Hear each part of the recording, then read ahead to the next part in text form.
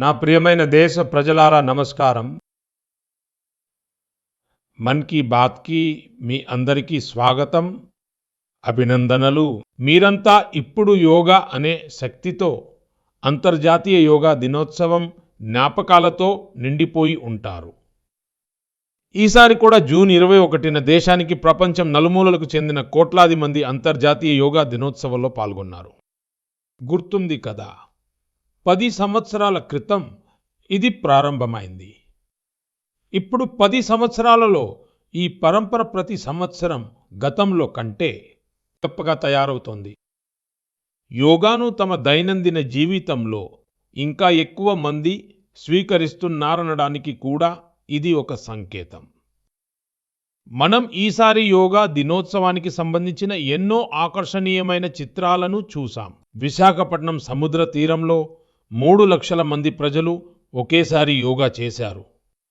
విశాఖపట్నం నుంచే మరో అద్భుతమైన దృశ్యం వెలుగులోకి వచ్చింది. 2000 మందికి పైగా గిరిజన విద్యార్థులు 108 నిమిషాల పాటు 108 సూర్య నమస్కారాలు చేశారు. ఆలోచించండి, ఎంత క్రమశిక్షణ, ఎంత అంకితభావం ఉండి ఉంటుందో. మన నౌకాదళంలో కూడా యోగా యొక్క గొప్ప సంగ్రహావలోకనం కనిపించింది. తెలంగాణలో 3000 మంది దివ్యాంగులు ఒకేసారి యోగా శిబిరంలో పాల్గొన్నారు. సాధికారతకు యోగా ఎలా మార్గమవుతుందో వాళ్ళు చూపించారు. ఢిల్లీ ప్రజలు యోగాను స్వచ్ఛ్ యమునా సంకల్పంతో అనుసంధానించి యమునా తీరంలో యోగా చేశారు. జమ్మూ కశ్మీర్లో ప్రపంచంలోనే అత్యంత ఎత్తైన రైల్వే బ్రిడ్జ్ అయిన చినాబ్ బ్రిడ్జ్ దగ్గర కూడా ప్రజలు యోగా చేశారు. ఐటిబిపి జవాన్లు హిమాలయాల మంచు శిఖరాల పైన కూడా యోగా చేశారు. అక్కడ ధైర్యము, సాధన రెండూ ఐటిబిపి జవాన్లు. గుజరాత్ ప్రజలు కూడా ఒక కొత్త చరిత్ర సృష్టించారు. వడ్నగర్లో 2121 మంది ఒకేసారి భుజంగాసనం చేసి కొత్త రికార్డు సృష్టించారు. న్యూయార్క్, లండన్, టోక్యో, ప్యారిస్, ప్రపంచంలోని ప్రతి పెద్ద నగరం నుంచి యోగా ఫోటోలు వచ్చాయి. ఒక్కొక్క ఫోటోలో ఒక్కొక్క ప్రత్యేక విశేషం ఉంది: శాంతి, స్థిరత్వం, సమతుల్యత. ఈసారి థీమ్ కూడా చాలా ప్రత్యేకమైనది. Yoga for one earth, one health. అంటే ఒకటే భూమి, ఒకటే ఆరోగ్యం. ఇది కేవలం ఒక నినాదం కాదు. ఇది మనకు వసుధైవ కుటుంబకం అనే భావనను కలిగించే ఒక దిశానిర్దేశం. ఈసారి యోగా దినోత్సవం యొక్క గొప్పతనం ఎక్కువ మంది ప్రజలు యోగాను స్వీకరించేలా తప్పకుండా ప్రేరేపిస్తుందని నాకు నమ్మకం ఉంది. నా ప్రియమైన దేశ ప్రజలారా, ఎవరైనా తీర్థయాత్రకు బయలుదేరినప్పుడు మొట్టమొదటగా ఒకటే భావన మనసులో మెదులుతుంది: పదండి, భగవంతుడి పిలుపు వచ్చింది. ఈ భావనే మన ధార్మిక యాత్రలకు మూలం. ఈ యాత్రలు శారీరక క్రమశిక్షణకు, మనోశుద్ధికి, పరస్పర ప్రేమకు, సోదరభావానికి, భగవంతునితో అనుసంధానం కావడానికి ఒక మాధ్యమం. అంతేకాదు, ఈ యాత్రలకు మరో పెద్ద కోణం కూడా ఉంది. ఈ తీర్థయాత్రలు ఇతరులకు సేవ చేసే అవకాశం ఇచ్చే గొప్ప ఆచారాల సముదాయం కూడా. ఏ యాత్ర జరిగినా యాత్రికుల కంటే ఎక్కువ మంది వాళ్లకు సేవ చేయడంలో పాల్గొంటూ ఉంటారు. అనేక చోట్ల భండారాలు, భోజనాలు ఏర్పాటు చేస్తారు. రోడ్ల పక్కన చలివేంద్రాలు ఏర్పాటు చేస్తారు. సేవాభావంతోనే మెడికల్ క్యాంపులు, సౌకర్యాలు ఏర్పాటు చేస్తారు. ఎంతోమంది తమ సొంత ఖర్చులతో తీర్థయాత్రికుల కోసం ధర్మశాలలు, వసతి ఏర్పాట్లు చేస్తారు. మిత్రులారా, చాలా కాలం తర్వాత కైలాస్ మానసరోవర్ యాత్ర మళ్ళీ ప్రారంభమైంది. మానసరోవర్ అంటే శివుడి నివాసం. హిందూ, బౌద్ధ, జైన ప్రతి సంప్రదాయంలోనూ కైలాస్ శిఖరాన్ని శ్రద్ధాభక్తులకు కేంద్రంగా భావిస్తారు. మిత్రులారా, జూలై 3 నుంచి పవిత్ర అమర్నాథ్ యాత్ర ప్రారంభం కాబోతోంది. శ్రావణ మాసం కూడా ఇంకొన్ని రోజుల్లోనే ఉంది. కొన్ని రోజుల క్రితమే మనం జగన్నాథ స్వామి రథయాత్రను కూడా చూసాం. ఒడిశా అయినా, గుజరాత్ అయినా, లేదా దేశంలోని మరే మూల అయినా లక్షలాది మంది భక్తులు ఈ యాత్రలో పాల్గొంటారు. ఉత్తరం నుంచి దక్షిణం వరకు, తూర్పు నుంచి పడమర వరకు ఈ యాత్రలు ఏక్ భారత్ శ్రేష్ఠ భారత్ అనే భావనకు ప్రతిబింబం. మనం శ్రద్ధాభావంతో, పూర్తి అంకితభావంతో, పూర్తి క్రమశిక్షణతో మన ధార్మిక యాత్రను పూర్తి చేసినప్పుడు దాని ఫలితం కూడా లభిస్తుంది. యాత్రలకు వెళ్తున్న అదృష్టవంతులైన భక్తులందరికీ నా శుభాకాంక్షలు తెలియజేస్తున్నాను. ఈ యాత్రలను విజయవంతంగా మరియు సురక్షితంగా నిర్వహించేందుకు కృషి చేస్తున్న వారిని కూడా నేను అభినందిస్తున్నాను. నా ప్రియమైన దేశ ప్రజలారా, దేశం సాధించిన 2 విజయాల గురించి ఇప్పుడు నేను చెప్పాలనుకుంటున్నాను. ఇవి మిమ్మల్ని గర్వంతో ఉప్పొంగిపోయేలా చేస్తాయి. ఈ విజయాల గురించి ప్రపంచ సంస్థలు చర్చించుకుంటున్నాయి. WHO అంటే ప్రపంచ ఆరోగ్య సంస్థ, ILO అంటే ఇంటర్నేషనల్ లేబర్ ఆర్గనైజేషన్ దేశం సాధించిన ఈ విజయాలను ఎంతగానో ప్రశంసించాయి. మీలో చాలా మంది కంటికి సంబంధించిన ట్రాకోమా అనే ఒక వ్యాధి గురించి విని ఉంటారు. ఈ వ్యాధి బ్యాక్టీరియా ద్వారా వ్యాపిస్తుంది. ఒకప్పుడు ఈ వ్యాధి దేశంలోని చాలా ప్రాంతాల్లో ఎక్కువగా ఉండేది. చికిత్స చేయకపోతే ఈ వ్యాధి వల్ల నెమ్మదిగా కంటి చూపు కూడా పోవచ్చు. ట్రాకోమాను పూర్తిగా నిర్మూలించాలని మనం సంకల్పం తీసుకున్నాం. ప్రపంచ ఆరోగ్య సంస్థ అంటే WHO భారత్ను ట్రాకోమా ఫ్రీ అని ప్రకటించింది అని చెప్పడానికి నాకు చాలా సంతోషంగా ఉంది. ఇప్పుడు భారత్ ట్రాకోమా రహిత దేశంగా మారింది. ఇది అవిశ్రాంతంగా, అలుపు లేకుండా ఈ వ్యాధితో పోరాడిన లక్షలాది మంది ప్రజల కృషి ఫలితం. ఈ విజయం మన హెల్త్ వర్కర్లది. స్వచ్ఛ భారత్ అభియాన్ కూడా దీన్ని నిర్మూలించడంలో చాలా సహాయపడింది. జల్ జీవన్ మిషన్ కూడా ఈ విజయంలో పెద్ద పాత్ర పోషించింది. ఈరోజు ఇంటింటికి కుళాయిల ద్వారా శుభ్రమైన నీరు అందుతుండడంతో అలాంటి వ్యాధుల ప్రమాదం తగ్గిపోయింది. కోబి ప్రపంచ ఆరోగ్య సంస్థ WHO కూడా భారతదేశం వ్యాధిని ఎదుర్కోవడంతో పాటు దాని మూల కారణాలను కూడా నిర్మూలించిందని ప్రశంసించింది. హెమిత్రులారా, ఈరోజు భారతదేశంలో ఎక్కువ మంది ప్రజలు ఏదో ఒక సోషల్ ప్రొటెక్షన్ బెనిఫిట్ పొందుతున్నారు. ఈ మధ్య ఇంటర్నేషనల్ లేబర్ ఆర్గనైజేషన్ ILO నుండి ఒక ముఖ్యమైన రిపోర్ట్ వచ్చింది. ఈ రిపోర్ట్లో భారతదేశ జనాభాలో 64% కంటే ఎక్కువ మందికి ఇప్పుడు ఏదో ఒక సోషల్ ప్రొటెక్షన్ బెనిఫిట్ తప్పకుండా లభిస్తోందని చెప్పబడింది. సామాజిక భద్రత ఇది ప్రపంచంలోనే అతిపెద్ద కవరేజీలలో ఒకటి. ఈ రోజున దేశంలో దాదాపు 95 కోట్ల మంది ఏదో ఒక సోషల్ సెక్యూరిటీ పథకం ప్రయోజనం పొందుతుండగా 2015 వరకు 25 కోట్ల మంది కంటే తక్కువ మందికి మాత్రమే ప్రభుత్వ పథకాలు అందేవి. మిత్రులారా, భారతదేశంలో ఆరోగ్యం నుంచి సామాజిక భద్రత వరకు ప్రతి రంగంలోనూ దేశం సాచురేషన్ భావనతో ముందుకు సాగుతోంది. ఇది సామాజిక న్యాయం యొక్క అద్భుతమైన చిత్రణ కూడా. ఈ విజయాలు రాబోయే కాలం ఇంకా బాగుంటుందని, భారతదేశం ప్రతి అడుగులోనూ మరింత శక్తివంతంగా మారుతుందనే ఒక నమ్మకాన్ని కలిగించాయి. నా ప్రియమైన దేశ ప్రజలారా, ప్రజా భాగస్వామ్య శక్తితో పెద్ద పెద్ద సంక్షోభాలను ఎదుర్కోవచ్చు. నేను మీకు ఒక ఆడియో వినిపిస్తాను. ఈ ఆడియోలో ఆ సంక్షోభం యొక్క భయంకరమైన పరిస్థితి మీకు అర్థమవుతుంది. ఆ సంక్షోభం ఎంత పెద్దదో ముందు అది విని అర్థం చేసుకోండి. आखिर ये जो जुल्म हुआ 2 साल तक, जुल्म तो 5-7 साल से शुरू हो गया था, मगर वो शिखर पर पहुंच गया है 2 साल में जब इमरजेंसी लोगों पर ठोक दी। और अमानुषी बर्ताव लोगों के साथ किया गया। लोगों के स्वतंत्रता के हक छीन लिए गए। अखबारों को कोई स्वतंत्रता न रही। न्यायालय बिल्कुल निर्बल बना दिए गए और जिस ढंग से 1 लाख से ज्यादा लोगों को जेल में बंद कर दिए और फिर अपने मनमानी राज की ओर से होती रही, उसकी मिसाल दुनिया के इतिहास में भी मिलना मुश्किल है। మిత్రులారా, ఈ స్వరం దేశ్ మాజీ ప్రధానమంత్రి శ్రీ మొరార్జీ భాయ్ దేశాయ్ గారిది.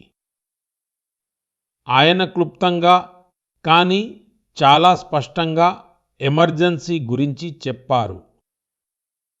కాలం ఎలా ఉండేదో మీరు ఊహించగలరా? ఎమర్జెన్సీ విధించిన వాళ్ళు మన రాజ్యాంగాన్ని హతమార్చడమే కాకుండా న్యాయ వ్యవస్థను కూడా తమ బానిసగా చేసుకోవాలని అనుకున్నారు. ఈ సమయంలో ప్రజలను పెద్ద ఎత్తున హింసించారు. దీనికి ఎన్నో ఉదాహరణలు ఉన్నాయి. వాటిని ఎప్పటికీ మర్చిపోలేం. జార్జ్ ఫెర్నాండెస్ గారిని సంకెళ్లతో బంధించారు. ఎంతో మందిని కఠినమైన చిత్రహింసలు పెట్టారు. మీసా కింద ఎవరినైనా ఏ కారణం లేకుండానే అరెస్ట్ చేసేవారు. స్టూడెంట్స్ను కూడా ఇబ్బంది పెట్టారు. భావ ప్రకటన స్వేచ్ఛను కూడా అణచివేశారు. మిత్రులారా, ఆ కాలంలో వేలాది మందిని అరెస్ట్ చేశారు. వారిపై ఇలాంటి అమానవీయ అత్యాచారాలు జరిగాయి. కానీ భారత ప్రజల సామర్థ్యం ఏమిటంటే వాళ్ళు తలవంచలేదు, కృంగిపోలేదు. ప్రజాస్వామ్యం విషయంలో ఎటువంటి రాజీని అంగీకరించలేదు. చివరికి ప్రజలు గెలిచారు. అత్యవసర పరిస్థితిని తొలగించారు. అత్యవసర పరిస్థితిని విధించిన వాళ్ళు ఓడిపోయారు. బాబు జగజీవన్ రామ్ గారు దీని గురించి చాలా బలంగా తమ అభిప్రాయాలను వ్యక్తం చేశారు. बहनों और भाइयों, पिछला चुनाव नहीं था, भारत की जनता का एक महान अभियान था. उस समय के परिस्थितियों को बदल देने का, तानाशाही के धारा को मोड़ देने का और भारत में प्रजातंत्र के बुनियाद को मजबूत कर देने का. అప్పుడు అటల్ గారు తనదైన శైలిలో చెప్పిన దానిని కూడా మనం తప్పకుండా వినాలి. बहन और भाइयों, देश में जो कुछ हुआ उसे केवल चुनाव नहीं कह सकते. एक शांतिपूर्ण क्रांति हुई है. लोक शक्ति की लहर ने लोकतंत्र की हत्या करने वालों को इतिहास के कूड़ेदान में फेंक दिया है. మిత్రులారా, కొన్ని రోజుల క్రితమే దేశంపై ఎమర్జెన్సీ విధించి 50 సంవత్సరాలు పూర్తయ్యాయి. మనం దేశ్ ప్రజలం సంవిధాన్ హత్య దివస్ని జరుపుకున్నాం.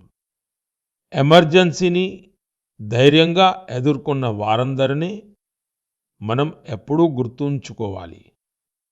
ఇది మన రాజ్యాంగాన్ని శక్తివంతంగా ఉంచడానికి, నిరంతరం అప్రమత్తంగా ఉండటానికి మనకు స్ఫూర్తినిస్తుంది.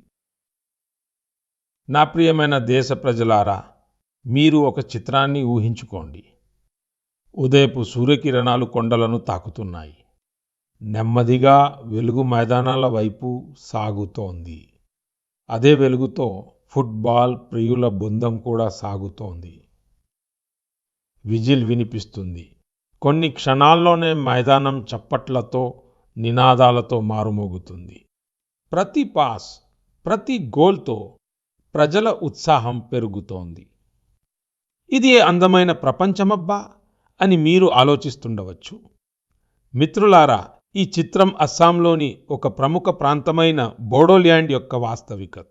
బోడోల్యాండ్ నేడు తన కొత్త రూపంతో దేశం ముందు నిలబడి ఉంది. ఇక్కడి యువతలో ఉన్న శక్తి, ఆత్మవిశ్వాసం, అది ఫుట్బాల్ మైదానంలో ఎక్కువగా కనిపిస్తుంది. బోడో టెరిటోరియల్ ఏరియాలో బోడోల్యాండ్ గేమ్స్ కప్ జరుగుతోంది. ఇది కేవలం ఒక టోర్నమెంట్ మాత్రమే కాదు, ఇది ఐక్యత, ఆశల పండుగలా మారిపోయింది. 3700 కంటే ఎక్కువ టీమ్స్ సుమారు 70,000 మంది ఆటగాళ్లు, అందులోనూ పెద్ద సంఖ్యలో మన అమ్మాయిల భాగస్వామ్యం. బోడోల్యాండ్లో గణనీయమైన మార్పుల కథనాన్ని ఈ గణాంకాలు వినిపిస్తున్నాయి. బోడోల్యాండ్ ఇప్పుడు దేశ క్రీడాపటంలో, స్పోర్ట్స్ మ్యాప్లో తన మెరుపును మరింత పెంచుతోంది. మిత్రులారా, ఒకప్పుడు సంఘర్షణే ఇక్కడి గుర్తింపు. అప్పుడు ఇక్కడి యువతకు మార్గాలు పరిమితంగా ఉండేవి. కానీ ఈరోజు వారి కళ్ళలో కొత్త కలలు, హృదయాల్లో ఆత్మనిర్భరత ధైర్యం ఉన్నాయి. ఇక్కడి నుంచి వచ్చిన ఫుట్బాల్ ఆటగాళ్లు ఇప్పుడు పెద్ద స్థాయిలో తమ గుర్తింపును సృష్టించుకుంటున్నారు. హాలీచరణ్ నార్జరీ, దుర్గా బోరో, అపూర్వ నార్జరీ, మన్బీర్ బసుమతారీ ఇవి కేవలం ఫుట్బాల్ ఆటగాళ్ల పేర్లు కాదు. ఇవి బోడోల్యాండ్ను మైదానం నుంచి జాతీయ వేదిక వరకు తీసుకెళ్లిన కొత్త తరపు గుర్తింపు. వీరిలో చాలామంది పరిమిత వనరులతోనే సాధన చేశారు. కఠిన పరిస్థితుల్లో చాలామంది తమ బాటలను వేసుకున్నారు. ఇంకా ఈరోజు వీరి పేరు చెప్పుకుని దేశంలోని ఎందరో పిల్లలు కలలు కనడం మొదలు పెడతారు. మిత్రులారా, మనం మన సామర్థ్యాన్ని పెంచుకోవాలంటే ముందుగా మన ఫిట్నెస్ పైన, ఇంకా వెల్బీయింగ్ పైన దృష్టి పెట్టాలి. అలాగే మిత్రులారా, ఫిట్నెస్ కోసము, ఊబకాయం తగ్గించుకోవడం కోసము నేనిచ్చిన సలహా మీకు గుర్తుందా? తినేటప్పుడు 10% నూనె తగ్గించండి, ఊబకాయం తగ్గించుకోండి. మీరు ఫిట్గా ఉంటే జీవితంలో ఇంకా ఎక్కువ సూపర్ హిట్ అవుతారు. నా ప్రియమైన దేశ ప్రజలారా, మన దేశం ప్రాంతీయపరమైన, భాషాపరమైన, సాంస్కృతికపరమైన వైవిధ్యాన్ని బట్టి ఎలా ప్రసిద్ధి చెందిందో, అదే విధంగా వివిధ కళలు, చేతి పనుల నైపుణ్యాలను బట్టి ప్రసిద్ధికెక్కింది. మీరు ఏ ప్రాంతానికి వెళ్ళినా అక్కడి ఏదో ఒక ప్రత్యేకమైనది, ఒక లోకల్ విషయం గురించి మీకు తెలుస్తుంది. మనం తరచుగా మన్ కీ బాత్లో దేశంలోని ఇలాంటి యూనిక్ ప్రొడక్ట్స్ గురించి మాట్లాడుతుంటాం. అలాంటిదే ఒక ప్రోడక్ట్ మేఘాలయలోని ఎరీ సిల్క్. దీనికి కొన్ని రోజుల క్రితమే GI ట్యాగ్ వచ్చింది. ఎరీ సిల్క్ మేఘాలయకు ఒక వారసత్వం లాంటిది. ఇక్కడ ఉన్న గిరిజనులు, ముఖ్యంగా ఖాసీ తెగ ప్రజలు తరతరాలుగా దీన్ని కాపాడారు. ఇంకా తమ నైపుణ్యంతో దీన్ని అభివృద్ధి చేశారు. ఈ పట్టుకి చాలా ప్రత్యేకతలు ఉన్నాయి. వీటి వల్ల ఇది మిగతా ఫ్యాబ్రిక్స్ నుండి భిన్నంగా ఉంటుంది. దీనిలో అత్యంత ముఖ్యమైన విషయం దీన్ని తయారు చేసే విధానం. ఈ సిల్క్ను ఏ పట్టు పురుగులు తయారు చేస్తాయో వాటిని పొందడానికి ఆ పురుగులను చంపరు. అందుకే దీన్ని అహింసా సిల్క్ అని కూడా అంటారు. ఈ మధ్య వాటిలో హింసకు తావులేనివి, ప్రకృతిపై ఎలాంటి దుష్ప్రభావం చూపనివి అయినా ఇలాంటి ప్రొడక్ట్స్కి ప్రపంచవ్యాప్తంగా డిమాండ్ వేగంగా పెరుగుతోంది. అందుకే మేఘాలయలోని ఎరీ సిల్క్ గ్లోబల్ మార్కెట్ కోసం ఒక పర్ఫెక్ట్ ప్రొడక్ట్. దీనికి మరో ప్రత్యేకత ఉంది. పట్టు చలికాలంలో వెచ్చగా ఉంచుతుంది, ఇంకా వేసవిలో చల్లదనాన్ని ఇస్తుంది. దీని ఈ ప్రత్యేకత దీన్ని చాలా ప్రదేశాలకు అనుకూలంగా చేస్తుంది. మేఘాలయ మహిళలు ఇప్పుడు సెల్ఫ్ హెల్ప్ గ్రూప్ ద్వారా తమ ఈ వారసత్వాన్ని మరింత పెద్ద మొత్తంలో ముందుకు తీసుకువెళ్తున్నారు. నేను మేఘాలయ ప్రజలకు ఎరీ సిల్క్ GI ట్యాగ్ లభించినందుకు అభినందనలు తెలియజేస్తున్నాను. మీరు కూడా ఎరీ సిల్క్తో చేసిన దుస్తులను తప్పకుండా ట్రై చేయమని నేను మీ అందరినీ కూడా కోరుతున్నాను. అన్నట్టు khadi, handloom, handicraft, vocal for local వీటిని కూడా మీరు ఎప్పుడూ గుర్తుంచుకోవాలి. కస్టమర్లు భారతదేశంలో తయారైన ప్రొడక్టులనే కొనాలి. వ్యాపారులు భారతదేశంలో తయారైన ప్రొడక్టులనే అమ్మాలి. అప్పుడు ఆత్మనిర్భర్ భారత్ అభియాన్కు ఒక కొత్త శక్తి లభిస్తుంది. నా ప్రియమైన దేశవాసులారా, ఉమెన్ లెడ్ డెవలప్మెంట్ అనే మంత్రం భారతదేశం యొక్క కొత్త భవిష్యత్తును నిర్మించడానికి సిద్ధంగా ఉంది. మన తల్లులు, సోదరీమణులు, కూతుళ్ళు ఈరోజు తమ కోసమే కాదు, మొత్తం సమాజం కోసం కొత్త దారులను సృష్టిస్తున్నారు. మీరు తెలంగాణలోని భద్రాచలం మహిళల విజయం గురించి తెలుసుకుంటే మీకు కూడా ఆనందంగా ఉంటుంది. ఈ మహిళలు ఒకప్పుడు పొలాల్లో కూలి పనులు చేసుకునేవారు. వీళ్ళు ఆహారం కోసం రోజంతా కష్టపడేవారు. ఈరోజు అదే మహిళలు మిల్లెట్స్తోనూ సిరిధాన్యాలతోనూ బిస్కెట్లు తయారు చేస్తున్నారు. భద్రాద్రి మిల్లెట్ మ్యాజిక్ పేరుతో ఈ బిస్కెట్లు హైదరాబాద్ నుండి లండన్ వరకు వెళ్తున్నాయి. భద్రాచలానికి చెందిన ఈ మహిళలు సెల్ఫ్ హెల్ప్ గ్రూప్లో చేరి ట్రైనింగ్ తీసుకున్నారు. మిత్రులారా, ఈ మహిళలు మరొక ప్రశంసనీయమైన పని చేశారు. వీలుగిరి శానిటరీ ప్యాడ్స్ తయారు చేయడం మొదలుపెట్టారు. కేవలం 3 నెలల్లో 40,000 ప్యాడ్స్ తయారు చేసి వాటిని స్కూల్స్కి, చుట్టుపక్కల ఆఫీసులకి చేరవేశారు. అది కూడా చాలా తక్కువ ధరకే. మిత్రులారా, కర్ణాటకలోని కలబుర్గి మహిళల విజయం కూడా అద్భుతమైనది. వీళ్ళు జొన్న రొట్టెని ఒక బ్రాండ్గా మార్చేశారు. వీళ్ళు ఏర్పరచుకున్న కోఆపరేటివ్లో ప్రతిరోజు 3,000 కంటే ఎక్కువ రొట్టెలు తయారవుతున్నాయి. ఈ రొట్టెల సువాసన ఇప్పుడు కేవలం ఈ గ్రామానికే పరిమితం కాదు. బెంగళూరులో స్పెషల్ కౌంటర్ తెరిచారు. ఆన్లైన్ ఫుడ్స్ ప్లాట్ఫామ్స్లో ఆర్డర్లు వస్తున్నాయి.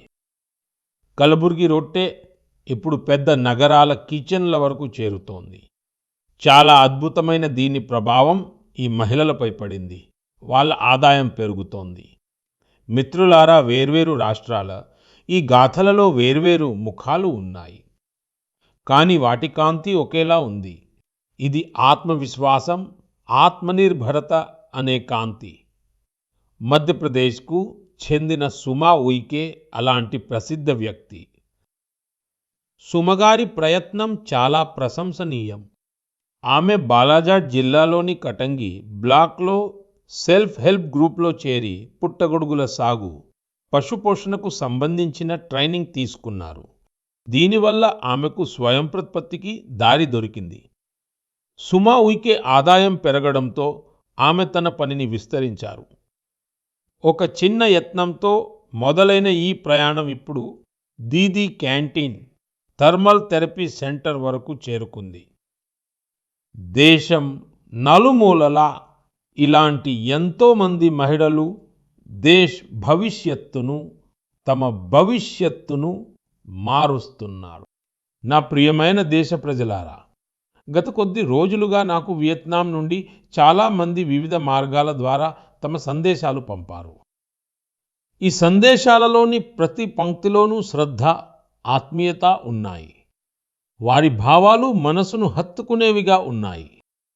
వారు బుద్ధ భగవానుడి పవిత్ర అవశేషాలైన రెలిక్స్ల దర్శనం చేయించినందుకు భారతదేశం పట్ల కృతజ్ఞతలు తెలియజేస్తున్నారు. వారి మాటల్లో ఉన్న భావాలు ముఖస్తుతి కోసం చెప్పే కృతజ్ఞతల కంటే గొప్పవి. మిత్రులారా, వాస్తవానికి బుద్ధ భగవానుడి ఈ పవిత్ర అవశేషాల ఆవిష్కరణ ఆంధ్రప్రదేశ్లోని పల్నాడు జిల్లాలోని నాగార్జున కొండలో జరిగింది. ఈ ప్రదేశానికి బౌద్ధ ధర్మంతో లోతైన సంబంధం ఉంది. ఈ స్థలానికి ఒకప్పుడు శ్రీలంక, చైనాతో సహా దూర ప్రాంతాల ప్రజలు వచ్చేవారని చెబుతారు. మిత్రులారా, గత నెలలో బుద్ధ భగవానుడి ఈ పవిత్ర అవశేషాలను భారతదేశం నుండి వియత్నాంకు తీసుకువెళ్లారు. అక్కడ 9 వేర్వేరు ప్రదేశాలలో వీటిని ప్రజల దర్శనం కోసం ఉంచారు. భారతదేశం చేసిన ఈ పని ఒక విధంగా వియత్నాంకు జాతీయ ఉత్సవంగా మారింది. దాదాపు 10 కోట్ల జనాభా ఉన్న వియత్నాంలో 1.5 మందికి పైగా ప్రజలు బుద్ధ భగవానుడి పవిత్ర అవశేషాలను దర్శించుకున్నారంటే మీరే ఊహించుకోండి. సోషల్ మీడియాలో ఆ ఫోటోలు, వీడియోలు నేను చూసినప్పుడు భక్తికి ఎల్లలు లేవని అనిపించింది. వర్షం పడుతున్నా, ఎండ తీవ్రంగా ఉన్నా ప్రజలు గంటల తరబడి క్యూలలో నిలబడ్డారు. పిల్లలు, పెద్దలు, దివ్యాంగులు అందరూ భావోద్వేగానికి గురయ్యారు. వియత్నాం అధ్యక్షుడు, ఉప ప్రధానమంత్రి, సీనియర్ మంత్రులు అందరూ తలవంచి నమస్కరించారు. థాయ్ యాత్ర పట్ల అక్కడి ప్రజల్లో గౌరవం ఎంత లోతుగా ఉందంటే దీన్ని మరో 12 రోజులు పొడిగించాలని వియత్నాం ప్రభుత్వం అభ్యర్థించింది. అలాగే దీనిని భారతదేశం సంతోషంగా స్వీకరించింది. మిత్రులారా, బుద్ధ భగవానుడి ఆలోచనల్లో పలు దేశాలను, సంస్కృతులను, ప్రజలను ఒకే సూత్రంలో బంధించేటువంటి శక్తి ఉంది. దీనికి ముందు థాయిలాండ్కు, మంగోలియాకు బుద్ధ భగవానుడి పవిత్ర అవశేషాలను తీసుకెళ్లారు. అక్కడ కూడా ఇదే శ్రద్ధాభావం కనిపించింది. మీ రాష్ట్రంలోని బౌద్ధ క్షేత్రాలను తప్పకుండా సందర్శించమని నేను విజ్ఞప్తి చేస్తున్నాను. ఇది ఒక ఆధ్యాత్మిక అనుభవం అవుతుంది. అదేవిధంగా మన సాంస్కృతిక వారసత్వంతో అనుసంధానం కావడానికి ఒక అందమైన అవకాశం కూడా అవుతుంది. నా ప్రియమైన దేశ ప్రజలారా, ఈ నెలలో మనమందరం ప్రపంచ పర్యావరణ దినోత్సవం జరుపుకున్నాం.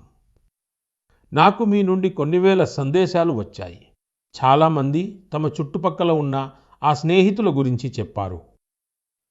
ఎవరైతే ఒంటరిగా పర్యావరణాన్ని కాపాడటానికి పూనుకున్నారో వారితో మొత్తం సమాజం కలిసిపోయింది. ప్రజలందరి ఈ సహకారం మన భూమికి పెద్ద శక్తిగా మారుతోంది.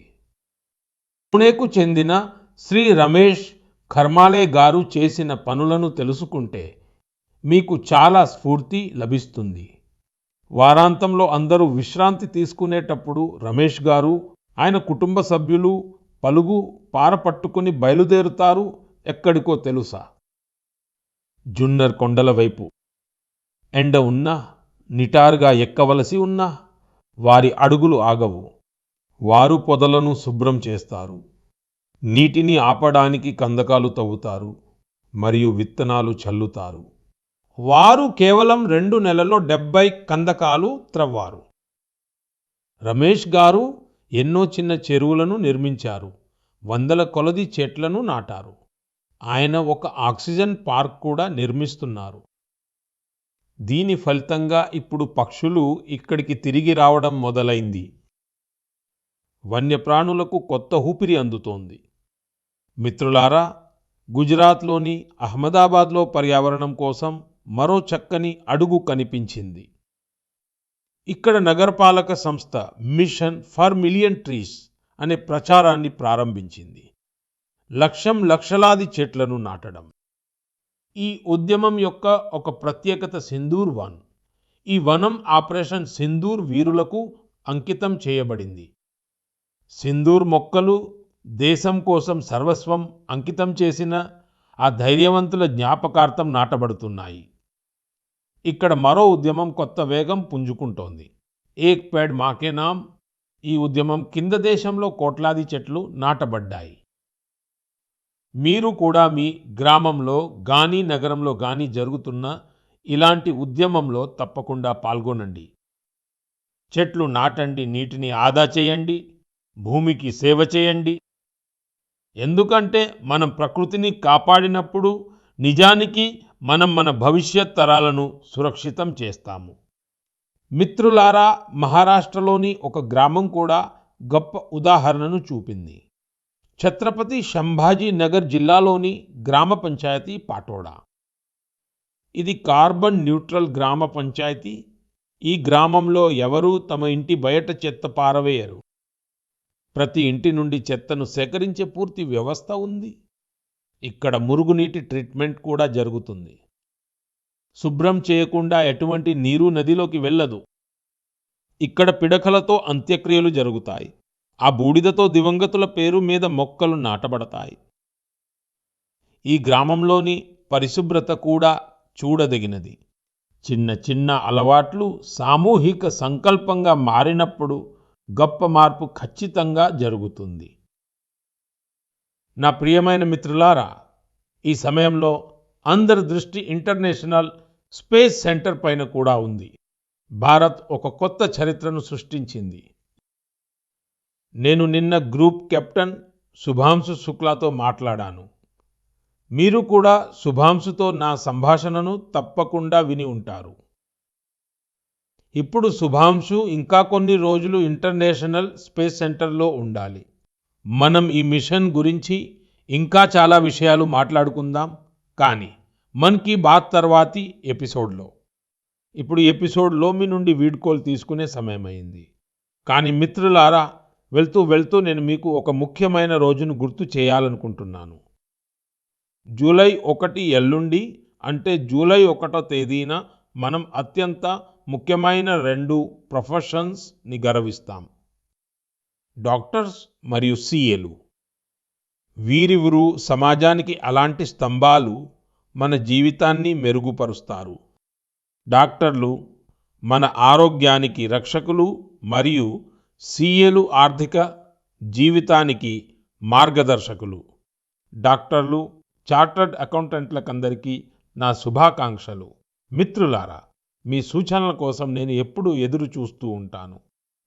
రాబోయే మన్ కీ బాత్ ఎపిసోడ్ మీ ఈ సూచనలతో మరింత సమృద్ధిగా ఉంటుంది. మళ్ళీ కలుద్దాం కొత్త విషయాలతో, కొత్త ప్రేరణలతో, దేశ ప్రజల కొత్త విజయాలతో. చాలా చాలా ధన్యవాదాలు. నమస్కారం.